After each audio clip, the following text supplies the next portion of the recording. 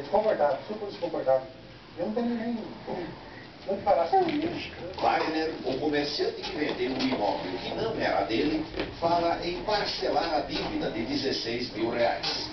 Podia, né, agendar uma data aí, né? Mas ele não consegue se decidir.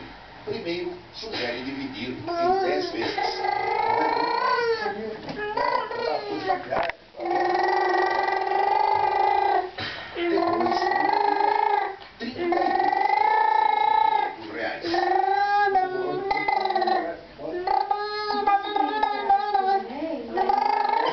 É isso que eu tô querendo.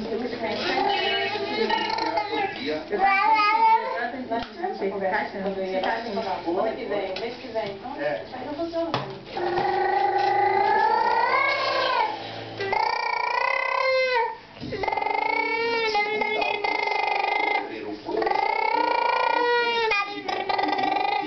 Sua própria casa.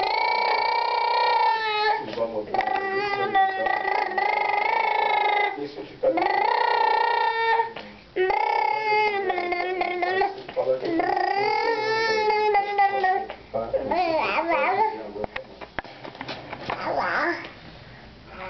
Tudo que já foi construído, o direito concedido meu. Ele deveria ter falado na hora que nós estávamos construindo a casa. Agora já não tem como mexer mais. Porque também não vou ficar, deixar de ter um conforto meu para facilitar para ele.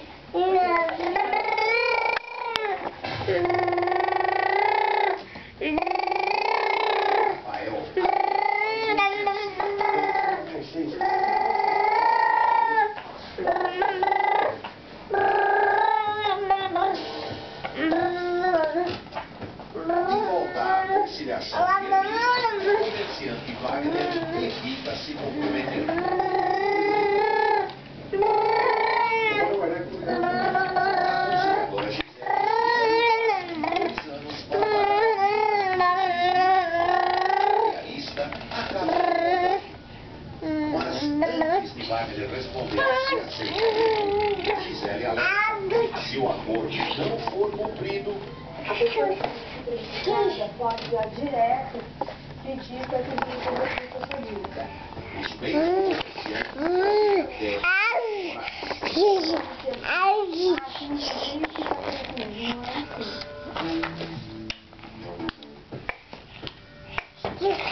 Enquanto isso, a conciliação pega fogo.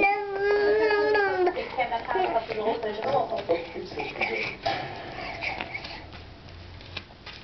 Em nome da boa convivência, Tatiana concorda em fechar pelo menos uma das varandas e a escada. Você poderia estar... Mas Luiz Valdo exige